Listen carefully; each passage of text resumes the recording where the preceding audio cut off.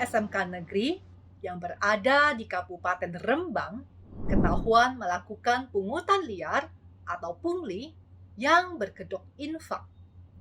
Praktik pungli ini tidak sengaja terungkap saat Gubernur Jawa Tengah, Ganjar Pranowo, sedang memberikan motivasi pada sebuah acara seminar di Pendopo pada hari Senin tanggal 10 Juli kemarin. Saat berdialog itulah, Ganjar menanyai salah seorang siswi SMK negeri soal fasilitas sekolah gratis. Ketika ditanya Ganjar, apakah di sekolah siswi tersebut perlu membayar, ternyata di luar dugaan Ganjar, siswi tersebut menjawab ada bayar uang gedung berupa infak. Sontak Ganjar bingung dan kaget dong mendengar informasi dari siswi tersebut. Padahal semestinya sekolah negeri di Jateng ada peraturan tidak boleh memungut biaya sama sekali alias semua serba gratis. Karena memang sekolah negeri di Jateng diperuntukkan pada warga yang kurang mampu. Apalagi Ganjar juga sudah berulang kali mengingatkan ke pihak sekolah dan para guru agar tidak menarik iuran dalam bentuk apapun kepada peserta didik. Terlebih, SMK negeri saat ini sudah berada di bawah wewenang pemerintahan provinsi. Jadi, kalau ada pembangunan dan perbaikan fasilitas sekolah, semua akan ditanggung oleh pihak Pemprov. Maka tak heran jika Ganjar merasa geram dan gregetan mendengar kenyataan bahwa masih ada SMK negeri yang bandel atau ngeyel memungut biaya gedung kepada peserta didiknya. Dan spontan saja Ganjar mengancam akan memeriksa dan menyelidiki praktik pungli yang berkedok infak ini. Dan Ganjar juga berjanji akan berupaya untuk mengembalikan uang yang sudah dibayarkan tersebut. Dan tanpa menunggu lama, Ganjar langsung menelepon kepala sekolah dan meminta dinas terkait melakukan asesmen. Dan ternyata benar saja, kepala sekolah tersebut akhirnya mengakui sudah menarik pungutan biaya infak untuk pembangunan musola atau sarana ibadah melalui komite sekolah.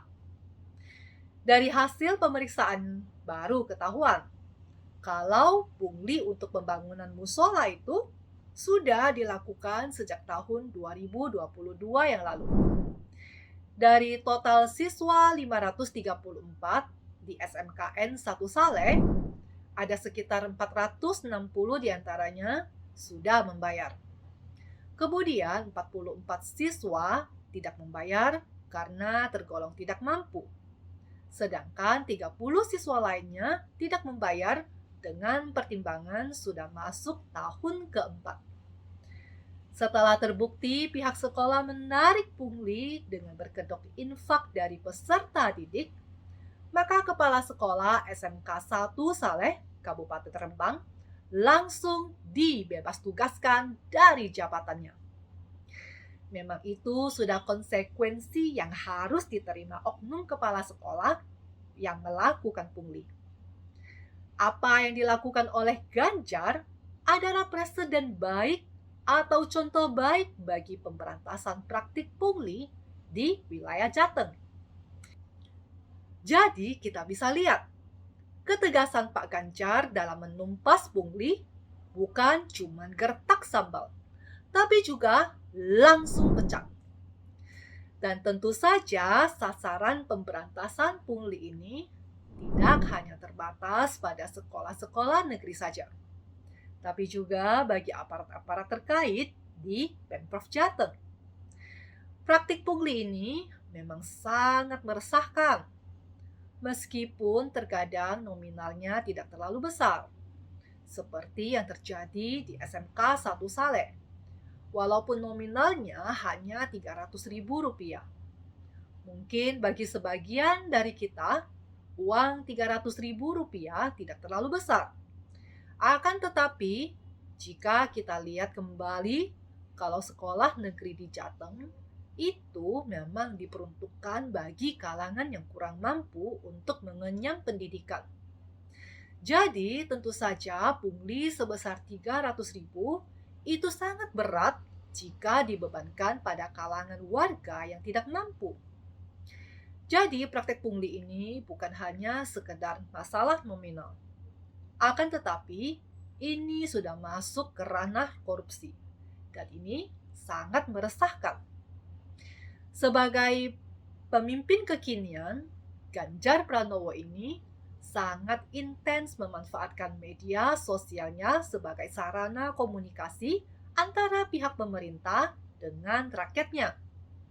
Jadi keseharian Ganjar saat bekerja pun memang sering diunggah ke medsos pribadinya ataupun diunggah oleh para relawan dan simpatisannya, termasuk kegiatan seminar bersama para siswa di pendopo yang berujung terungkapnya praktik pungli di lingkungan pendidikan. Dan di luar dugaan, video itu pun kemudian menjadi viral dan diakses banyak orang. Dan dari video yang viral itu, ternyata ada banyak lagi laporan dari masyarakat yang masuk ke Ganjar yang berkaitan dengan praktek pungli yang terjadi di berbagai sekolah. Gubernur berambut putih itu pun kemudian berjanji akan segera menindaklanjuti semua aduan masyarakat yang masuk terkait dengan pungli. Dan komitmen Ganjar memerangi pungli di lingkungan Jateng tidak lagi sebatas teguran atau himbauan saja, tapi akan ditindak keras seperti yang terjadi pada Kepala Sekolah SMK 1 Saleh. Inilah pentingnya pemanfaatan media sosial bagi seorang pemimpin untuk menjangkau masyarakat yang lebih luas. Ganjar bisa mengetahui berbagai permasalahan yang terjadi di masyarakat, mulai dari kritik, keluhan, dan sebagainya melalui medsos. Kemarin saya juga sempat melihat akun medsos pribadinya Ganjar. Dan di kolom komentar, mayoritas adalah apresiasi yang tinggi dari netizen terhadap tindakan tegas Pak Ganjar. Memang Ganjar ini menaruh perhatian serius untuk perbaikan ruang pendidikan di wilayah Jateng. Ganjar bahkan memasang semacam delik aduan yang khusus menampung laporan-laporan masyarakat terkait pungli di lingkungan pendidikan. Nah, seperti ini.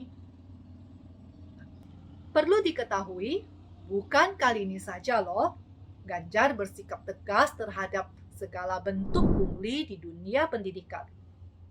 Jadi, ini bukan hanya sekedar gimmick politik seperti yang dilakukan oleh para politisi lain di tahun politik menjelang Pilpres 2024. Sebelumnya, pada tahun sekitar 2020, saat penerimaan peserta didik baru atau PPDB online, Ganjar juga banyak mendapatkan laporan adanya dugaan pungli yang bermodus sumbangan yang dilakukan oleh sejumlah sekolahan di Semarang.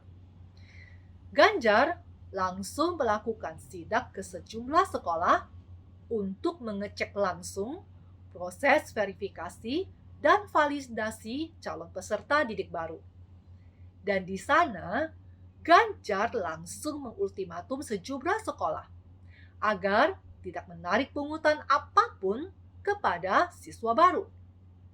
Dan pada kesempatan lain, pada bulan Mei tahun 2022, Ganjar juga kembali mengingatkan agar para guru tidak memungut dana dari siswa untuk pembangunan dan perbaikan fasilitas sekolah. Karena semua biaya itu sudah ditanggung oleh pemerintah. Dan saat yang sama juga, Ganjar juga dengan tegas melarang para guru menerima bingkisan dari wali atau orang tua murid. Sebab kebiasaan seperti itu lama-lama akan memunculkan permintaan lain dari para guru yang nantinya akan membebani para orang tua murid.